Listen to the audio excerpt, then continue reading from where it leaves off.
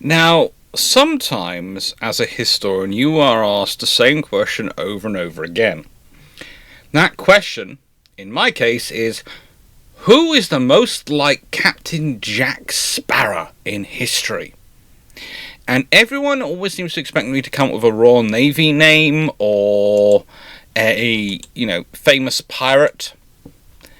And I don't. I come up with a name called Peter Tordenskjold. Peter Tordenskjold. And the reason I come up with his name is because he is fantastic.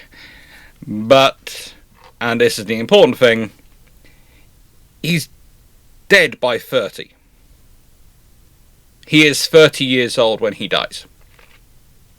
He serves for 15 years, 1705 to 1720, for the Royal Danish Norwegian Navy. And he is a truly intriguing character in the wars that take place in the Baltic. But he is not, by any stretch of the imagination, he is not a normal officer. He is far closer to a privateer, to a pirate, than he is a naval officer in his actions and the way he fights.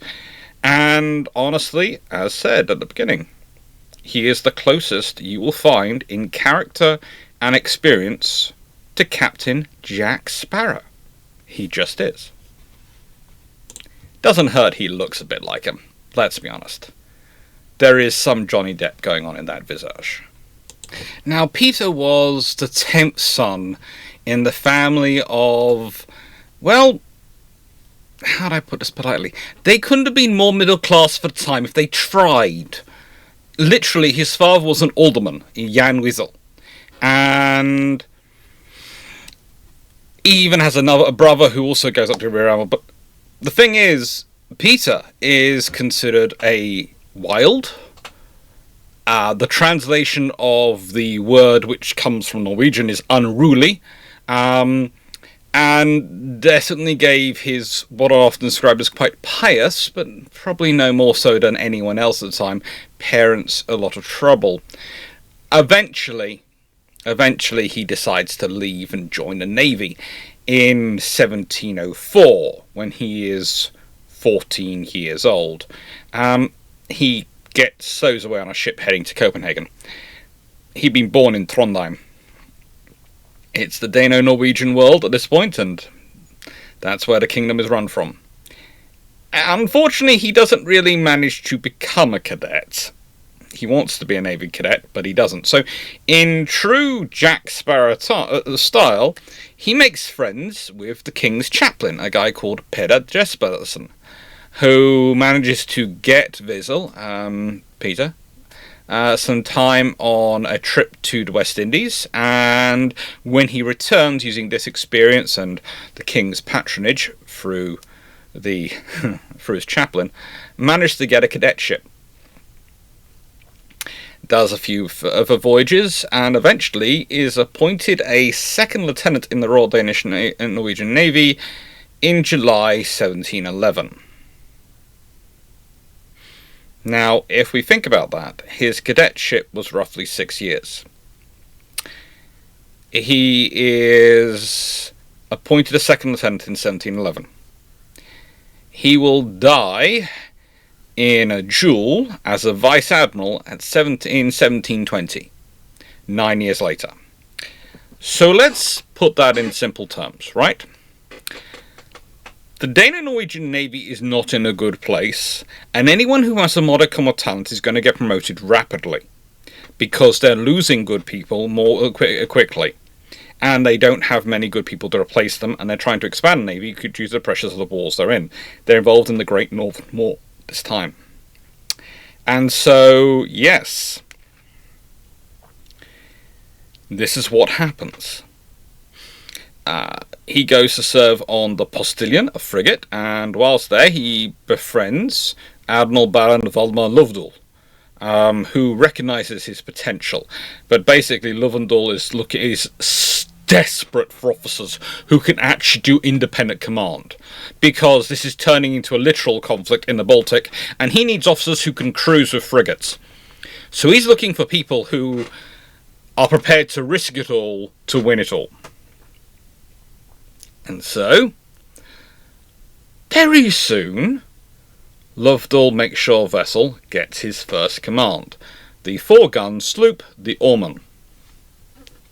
The Orman. Which I think goes on to become the HMS Serpent after it's captured by the Royal Navy, but leave that to one side. It isn't captured whilst on the Orman's command. Orman isn't captured whilst on the vessel's command. And yeah, he has an interesting career, and it's just getting more and more interesting as time goes on. He makes his start of independent service in the Great Northern War, cruising the Swedish coast, picking up information, basically being not so much special forces as intelligence service, scouting, reconnaissance, those sort of things. And, well, he carries on. He then promoted to an 18-gun warship. Lovedal does this against the advice of the Danish Admiralty, who, for some reason, felt that this, and I kid you not, 22-year-old was slightly unreliable, so didn't feel that he should be having command, but he gets it. And, well, at this point, he carries on. He has a interesting senior commander, but then he's transferred to the Baltic Sea to the squadron of Ulrik Christian Glenlov, who found Vezel to be useful. Unabashed courage and the ability to completely accurately estimate your opponent while simultaneously underestimating the risk to your personal life is kind of useful in naval officers in this period, and Vezel has both of those abilities in oodles.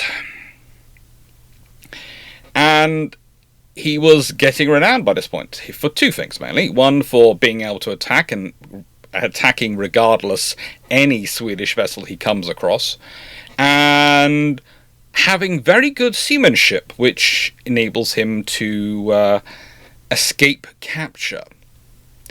Again, Captain Jack Sparrow. He'll take on anything that he thinks, anything at all that comes his way, and if it turns out to be bigger than he can handle, will manage to get away.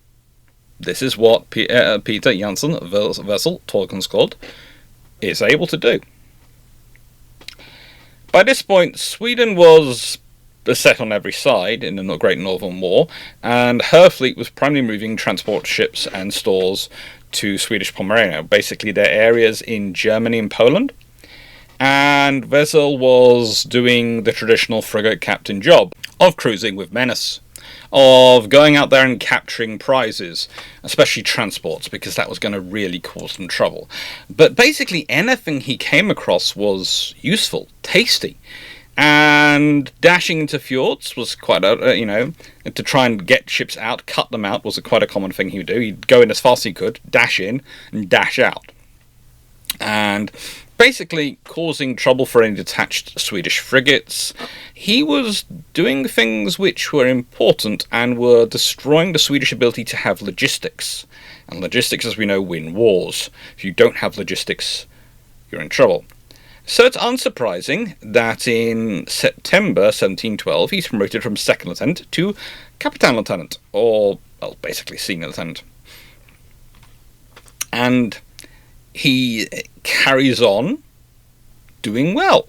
So well, in fact, he gets a reward posted for his capture by the Swedes. So again, Captain Jack Sparrow.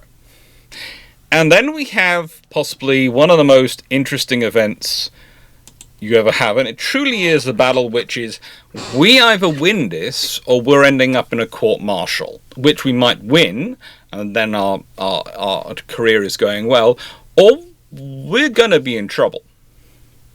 And yes, that is him toasting, sharing a toast with the enemy at the end of the fight. Why? Because you might have heard of there being battles where both sides eventually run out of ammunition and they send over a note to the other side going, do you have some ammunition to share so we can carry on this fight? This is an actual battle like that. This is an actual battle where someone, Tordenskjold, or as he knows at this point, Peter Vezel, Tordenskjold is what he gets later as his title, actually does this. And it is the Battle of the Galley versus the Galley. And Galley is vessel's vessel. It's June 1714. It's June 1714. Now, this was a very simple battle, realistically.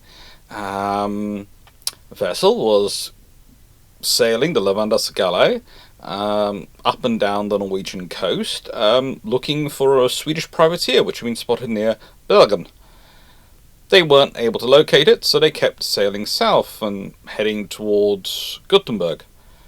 On the 26th of July, at roughly 1400 hours, the Galley, which was flying a Dutch ensign at this point. Yes, it's a warship flying the ensign of another navy, but that's to try and help it capture a privateer. Again, he does act more and more like a privateer than a naval officer potentially should do, but he's very effective.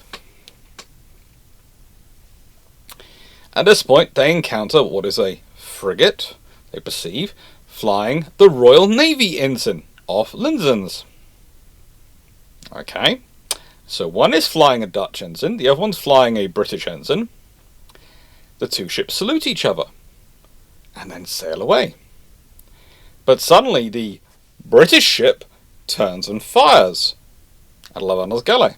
So, Vesel orders his crew to raise the Danish-Norwegian ensign, and fires 3 shots back at the unknown ship at this point, which then raised the Swedish ensign. Yay!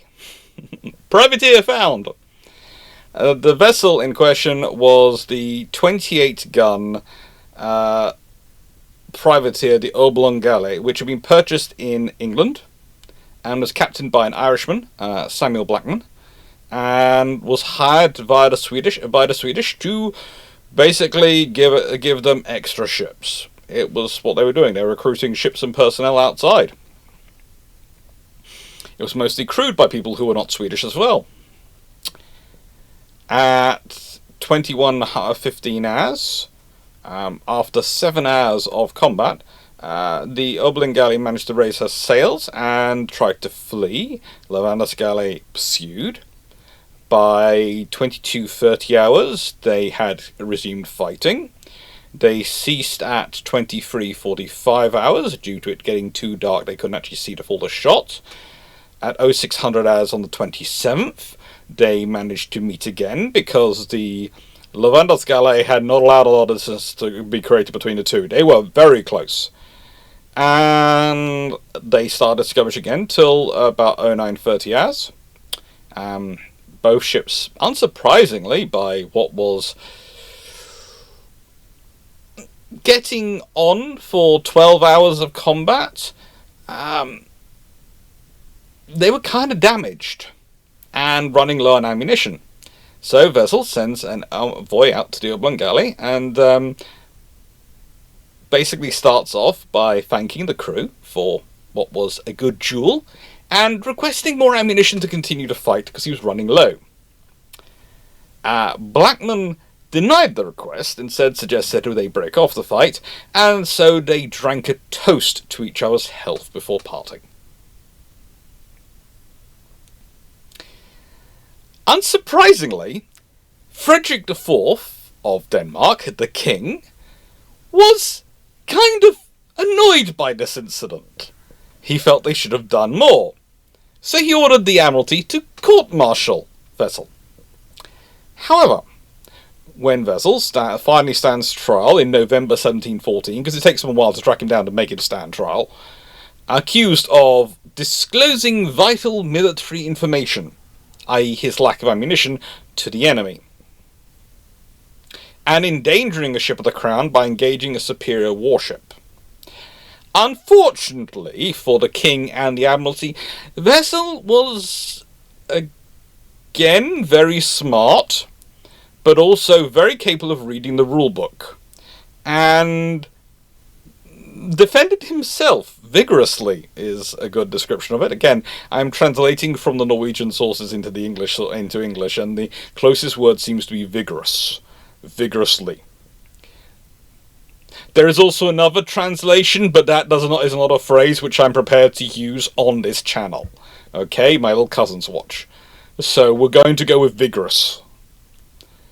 And managed to argue in such a way that actually impressed the king, that the naval code mandated attacking fleeing enemy ships no matter their size, and this enemy had definitely been fleeing from him.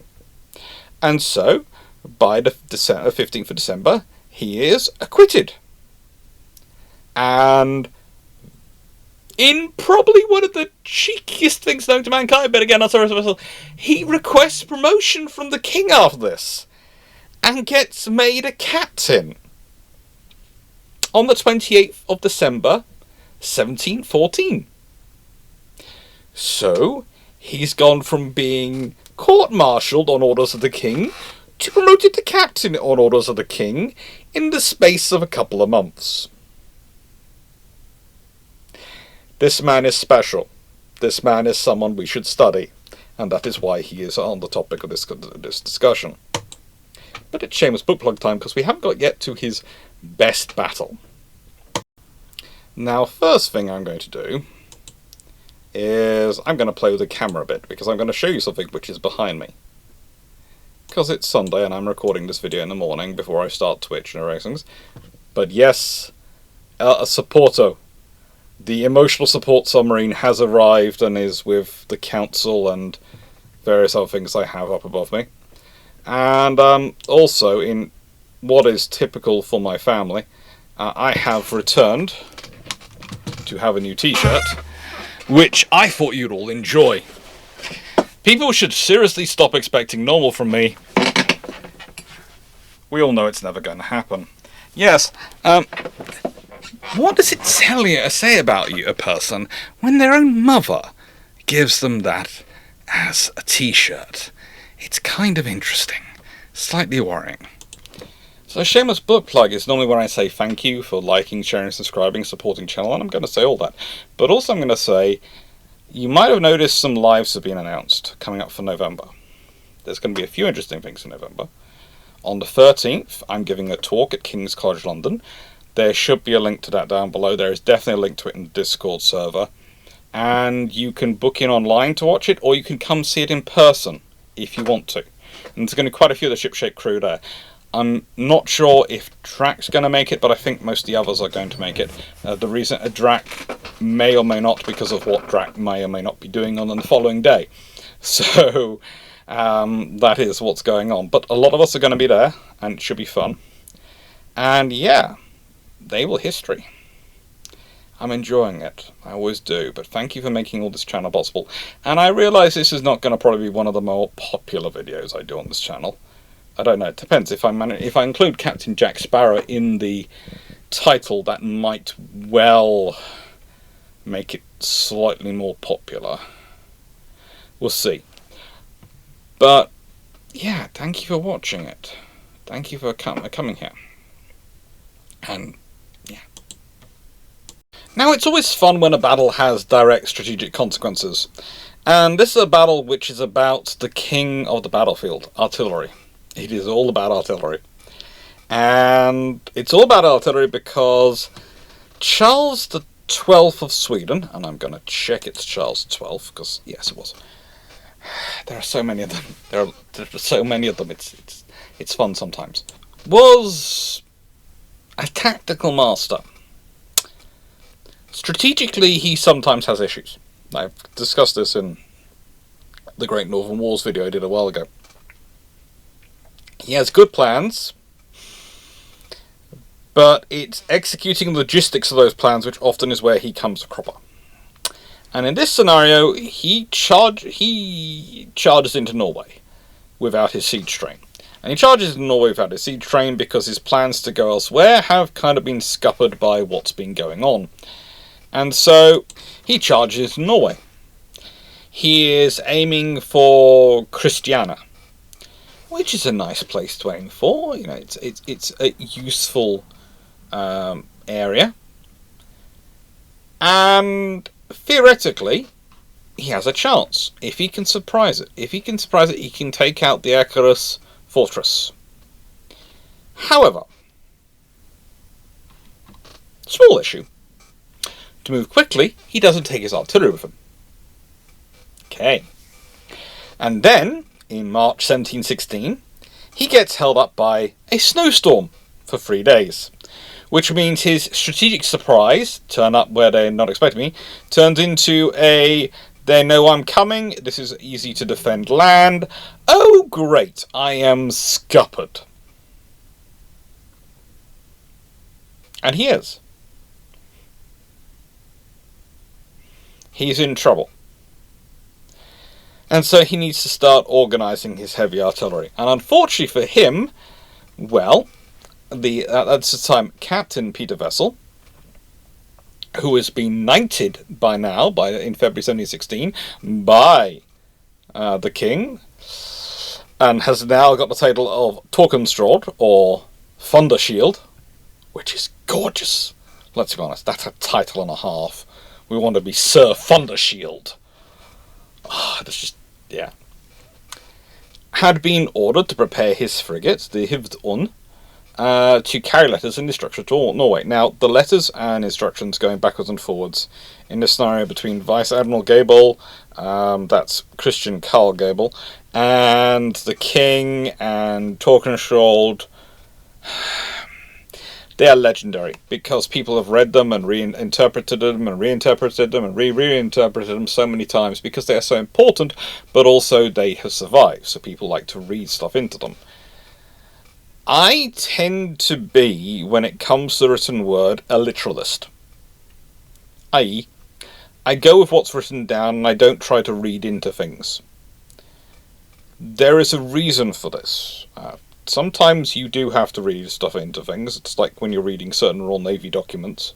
There is a reason for you do read into them a bit, because there is some stuff there which they don't need to write down. So you have to explain, or you have to have the context there, some stuff they don't need to write down. And that's, okay, part of understanding a letter.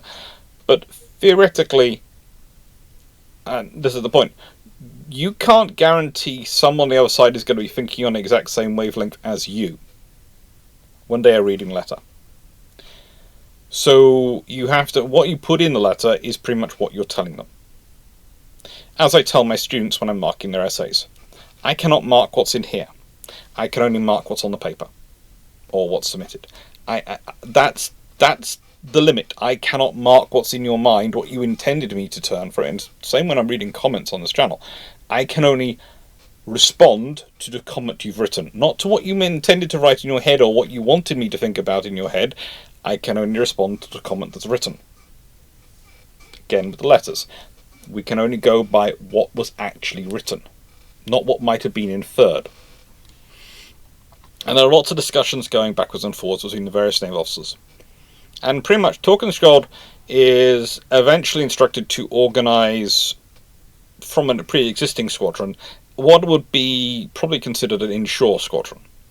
But it's a Baltic inshore squadron. So instead of it being frigates with maybe a third rate as reinforcement, it is galleys and gunboats with a frigate as reinforcement. It's a Baltic inshore squadron. And the purpose of this is to try and break what is known as the floating bridge. And why do you want to break the floating bridge? Well, because of where the artillery is going to come. It had to be unloaded from cargo ships to the floating bridge, which was at Sivsund, and then taken by road to the Torpham headquarters. Now, the thing is, when you're given these orders on the 4th of July, Charles XII thinks, okay, there's a chance. On the 8th of July, well, how do I put this politely? He starts to hear cannon fire coming from the south. And that's not a good thing. In a world where there is a privateering-style naval officer going around with a squadron under his command, this is not going to be good. It's not going to be a nice time for anyone. Tordenskjold actually arrived in the waters of Dynekilen on the 7th of July. And that was probably just in time. If he'd been a little bit later, the artillery could well have moved off and would have been out of position, because they're just starting to unload it. They're just starting to get everything together. And this is actually the most dangerous time. And then you consider how the Swedes have guarded it, and you realise they really don't have enough troops positioned around. For such an important logistics hub, you needed more troops. But in typical Swedish style, they've put everything into their punch, and they've not got a much behind it. So the forces he will actually end up fighting, as capable as they are not really concentrated or in the position they need to be. The Swedes might have technically more men under their command. They have nearly 1,300, whereas Tordenskjold has a little over 900. But the thing is, the Swedes are spread around an area, and Tordenskjold is concentrated.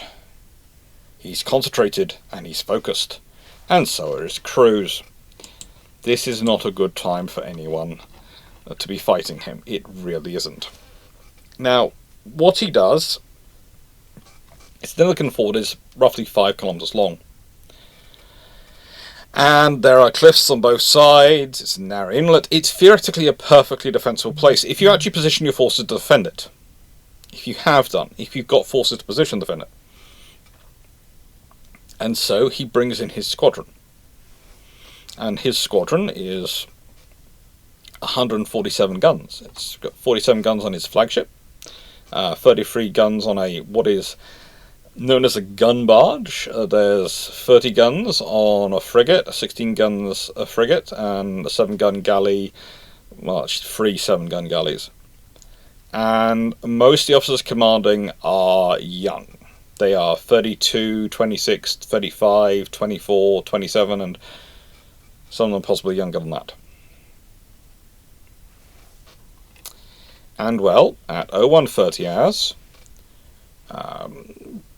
probably 90 minutes before sunrise on the 8th, Tordenskjold's squadron sets sail with a westerly breeze and enters Lizard towards the fjord. And the squadron is actually being assisted by a Swedish pilot who'd been captured. Ironically, and this is definitely a system of irony, this pilot was the same pilot who had led the Stromstena, which was one of the merchant ships loaded with all those lovely artillery pieces, into Dynekilen, so knows exactly where he's going. This was not someone who should have been allowed to be captured. This is someone who, if your ship is being boarded, you should have killed, or should have chucked off in a lifeboat.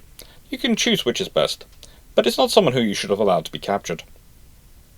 And this is probably therefore the definition of an ironic situation, because the person who guided in your very precious treasure, and knows exactly where it's parked, is now guiding in the people who want to destroy that precious treasure.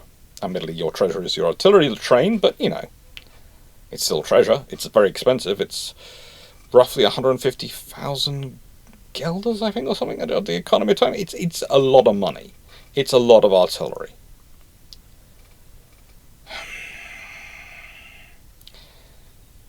At 05:30 hours, they managed to get between the inlets, and at this point the barges raise their cannons from below ship. Others make their guns ready for battle, and at 0600 hours they approach the Stora Kosun, which is a position which divides the inlet into two, and manage to start running through. At this point they come across 3 or 4 smaller vessels. We're not quite sure how many, but they managed to push through them. Tordenskjold had actually switched to the Prince Christian Galley to do the reconnoitre, to get in front, to do the reconnaissance and find out all the information he needs, and he does quite well.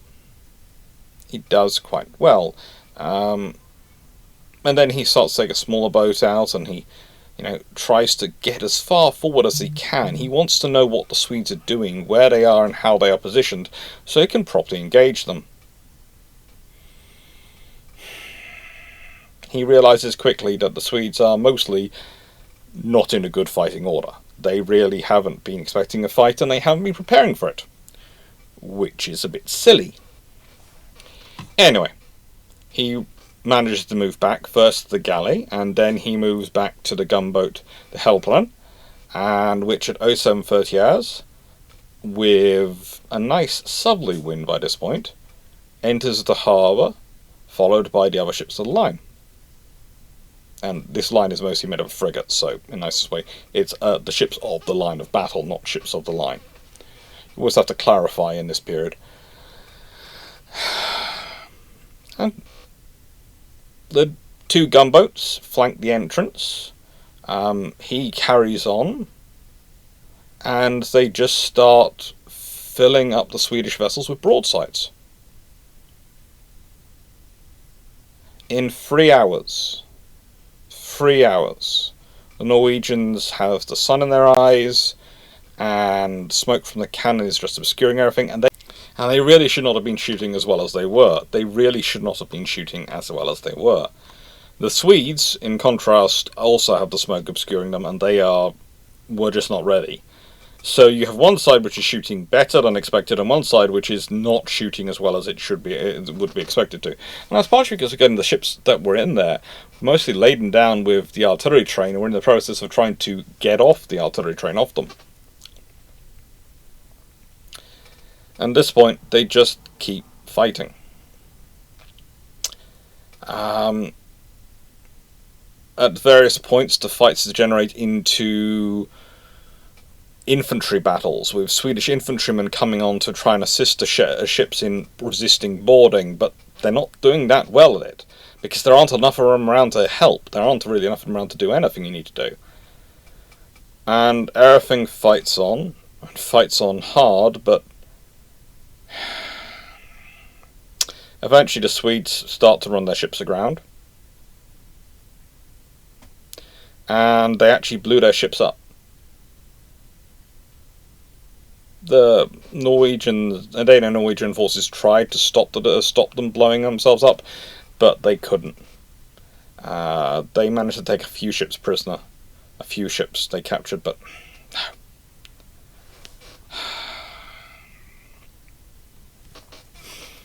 it was difficult. And realistically, the best defence was put up by the Saxon infantry on the side of the Swedes, but there weren't enough of them to go around. There really weren't enough of them to go around. When the battle was finally over at 1400 hours, they had to escape. Tordenskjold now at this point has to call on all his sailing ability to do so, because if they're to escape from the Dynekilen unharmed, and with all of the stuff they could take, all the prizes, all the treasure, all the weaponry they've captured, they would have to get through a route which would have Swedish troops on all sides, because by now reinforcements had come up. And it took them roughly 8 hours to get 14 captured ships, 9 warships and 5 cargo vessels, along with their own surviving ships, out.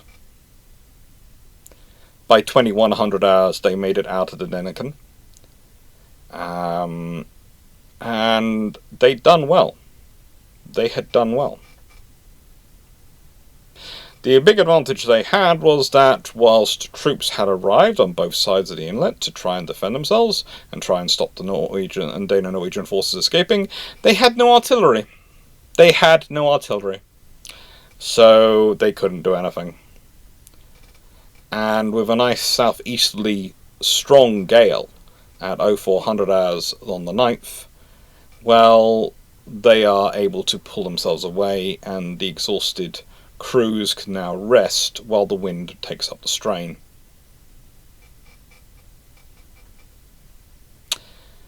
Norwegian losses of the battle, the Dano-Norwegian forces, were 19 dead and 57 wounded.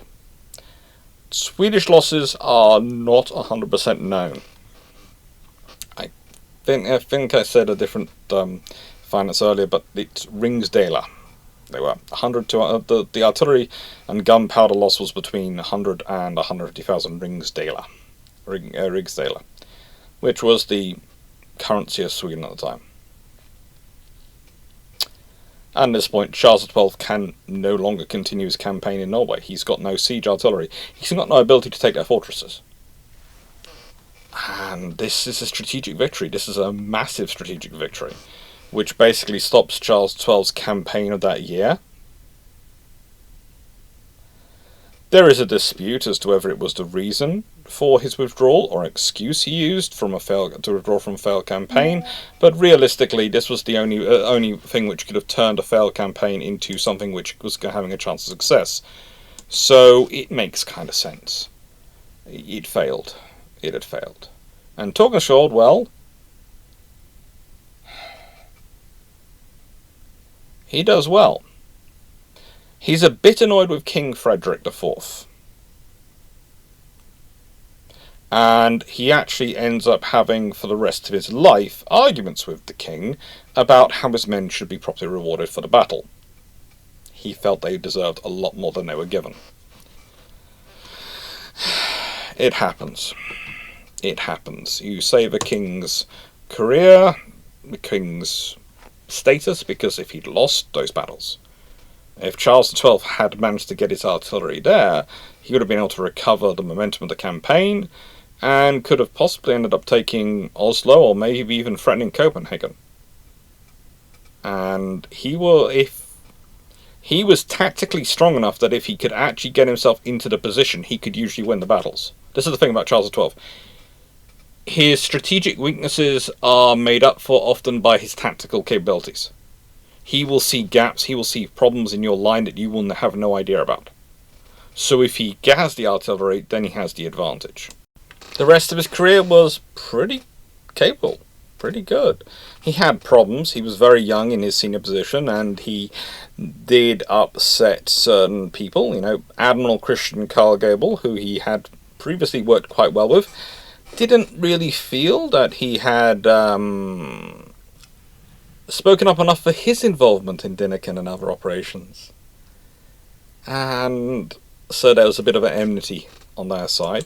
Plus, there are the usual officers who just don't like someone who's promoted ahead of them when they consider him a young whippersnapper.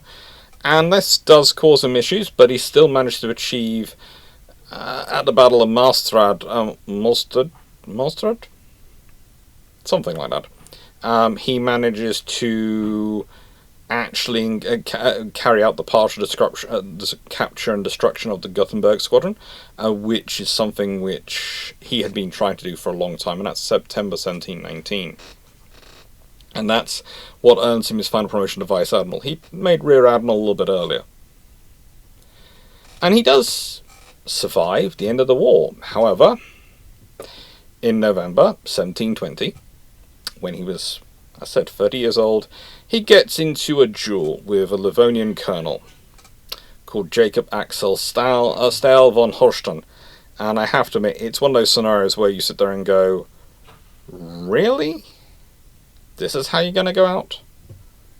This is where he really needs some of the Captain Jack Sparrow ability to get himself out of situations, creatively. Or not get himself into those situations.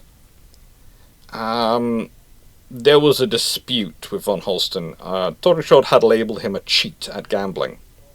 They'd been at a dinner party. Tordenskjold learnt a friend had been cheated while gambling by a man who claimed to own a hydra, a many-headed beast. Yeah. When von Holsten announced that he was the owner of said creature,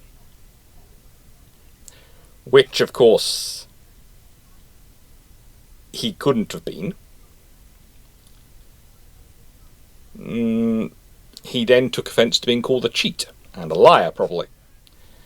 It turned into a fight, and Holstein was trying to pull a sword, but Tordenskjold actually used the pommel of his own sword and pummeled him. Literally did. So von Holstein demands satisfaction of a duel, because his honour's been besmirched. He claimed to own a frigating hydra. That would be like me claiming to own a Lamborghini's actually a real thing. Me claiming to own Starship Enterprise. Or, oh, actually, more, I think I prefer the Andromeda. Anyway, me claiming to own one of the spaceships from science fiction, it just ain't possible, but we'll leave that to one side. Anyway, the duel is not really well recounted, but all it's known is that in the duel, when he finally does have a sword out, Holstein manages to kill Tordenskjold with a single wound. And Tordenskjold is brought back to Copenhagen and is buried without that much ceremony because dueling was technically not allowed under Danish law at this point.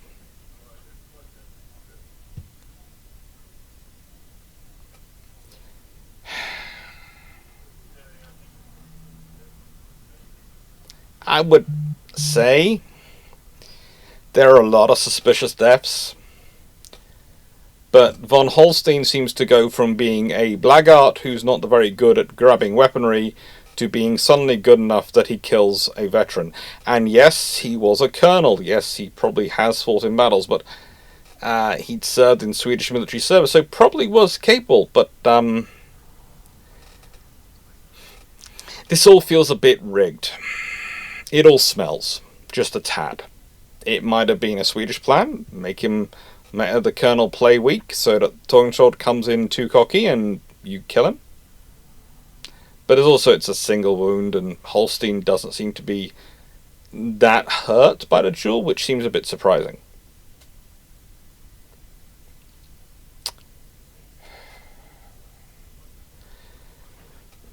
The thing about Tordenskjold is that most of his victories were not of great strategic importance, like Dynekilen. That's not unusual. For most admirals, most naval officers, it's very rare you can have a battle which is going to have immediate strategic consequences which could end an entire year of campaigning or potentially end a war. It's rare you get that in one battle, but he'd achieved that. There is a statue of him in Copenhagen, and it's worthwhile going to see. It is. I remember once I was driving through Copenhagen very, very late at night, and I decided I need to stop to get some air because I was driving. So I stopped not far from where the statue is to have a look at it. Something about looking at a very cool statue at about 1 a.m. in the morning when there's no one else around it. You just go, this is a well-made statue. This is a cool dude. There have been various ships named for him, which is worthwhile, frankly. He is an officer who the Norwegian Navy really should look up to a bit more. I'm not sure what you think about the current Norwegian Navy. Probably they needed more land and boarding actions, but as said, again, I'll refer you to the earlier point, Captain Jack Sparrow. And so, normally I finish my videos with a question, and today I'm going to do with this one of how many people, have heard of Tordenskjold before. How many people have heard about these actions, about this part of the Great Northern War? I enjoy asking this question, and would you like to hear more? Because if you haven't heard much about it, I'm happy to do more about it. It was one of the modules I used to enjoy teaching a bit of. I knew I would muck up names. I told people to never listen to my pronunciations because I would try my best and try to learn the pronunciations, and I really do. And for some reason, between my brain and my brain, ears, and mouth, it gets mucked up. I do try. I was okay when I was in Sweden and Norway and Finland and just wandering around and talking to people. I could do the accent and get the words, broadly speaking, correct then when I needed to, on little bits I was speaking. But for some reason, whenever I'm not there and I'm trying to speak it, I'm just useless. I do apologise. What else have we got coming up? We have President Jimmy Carter in November 4th, Andrew Cunningham on the 11th, and on the 18th, ending the First Battle of Somme, a profile of Hague, which I think is coming out in the Historiathon. I think that's in the Historiathon. Fun times. Actually, you should have seen started being advertised. Now remember, again, for the Historiathon, Monday through Friday, they're going to be charity ones, and the Weekend one is again money to fundraise for history stuff, computers and things I need to do to keep the channel going and all these things. So thank you very much for everyone for your support, and thank you very much for your kindness. Take care and hope you enjoy. And all those details for the Historiathon and November the 13th event will be announced as time goes on. Take care. Thank you.